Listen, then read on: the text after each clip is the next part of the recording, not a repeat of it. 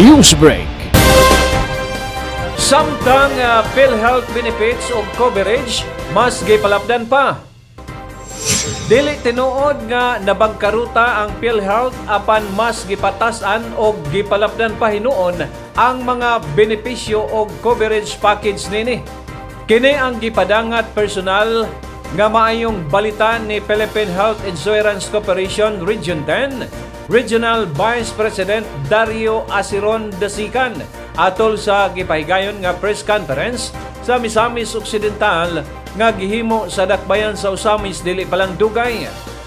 Siya nagkanayon nga matag Pebrero gisaulog ang National Health Insurance Month, then ang PhilHealth Insurance ana na sa ika-30 nga anibersaryo nga nagdala sa timang PhilHealth at 30 panatag kami dito.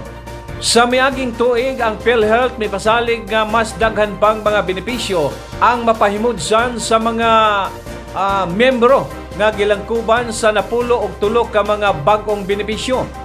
Mao kini ang benepisyo nga mapahimudsan sa mas gipalambong serbisyo sa PhilHealth. Hemodialysis 144%, gipun-an ang coverage sa 6,350 alang sa 156 ka session matag tuig. Consulta Plus SGD package apil ang outpatient treatment sa TB DOTS, malaria o HIV/AIDS. Dengue hemorrhagic fever severe 194% ang gidugang nga coverage.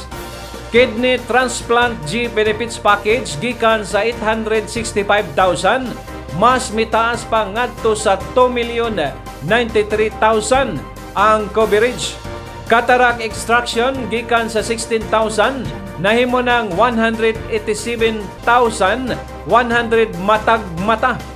Outpatient emergency care giapil na sa PhilHealth ang coverage sa mga pasyente nga gidangop sa emergency room.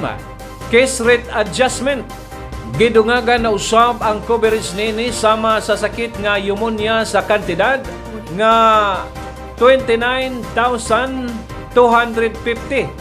Cesarean section 37,050 og cholecystectomy 60,450 pesos.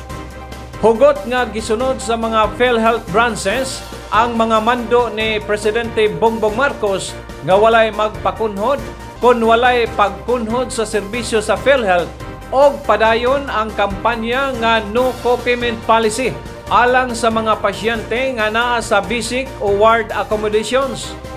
Gidasig usab sa PhilHealth ang tanang mga miyembro nga gamiton ang ilang mga benepisyo og siguruhon ang ilang kahimsog pinaagi sa preventive health programs. Number 8, para sa mga may cataract extraction po. We expanded the benefits amounting to, dati po ay 16,000 kada mata. Ngayon po naglalaro po sa 20,200 to 187,100 pesos kada mata. So makita po natin dito na importanteng malaman din ng ating mga miyembro ang mga bagong benepisyo ng PhilHealth na magagamit hindi lamang kapag na-confine, pero kahit po sa pagpapacheck up. Para sa akin po, I've been with PhilHealth since 1999. So, 26 years na po. So, 30 years na po ang PhilHealth. Sa totoo lang, marami pa rin po nagtatanong ng basic questions. Paano maka-avail? Ano ang benepisyo? Sino ba ang covered? So, para sa akin, with the advent of social media, na alam naman natin, napakabilis ng impormasyon. Kaya po tayo nakipag-usap sa ating mga local media partners dahil ako'y naniniwala na maitatama po natin ang mga impormasyon na mabilis kumalat. Minsan kasi mali ang impormasyon, minsan kasi half-truth nagiging totoo na sa iba. So para sa akin po, tulungan niyo po kami na yung magandang benepisyo naman po, magandang balita about sa benefits at mga polisiya ng PhilHealth ang ating pong ipaalam sa ating mga kababayan, lalo na dito sa Misamis Occidental. One TV Newsbreak.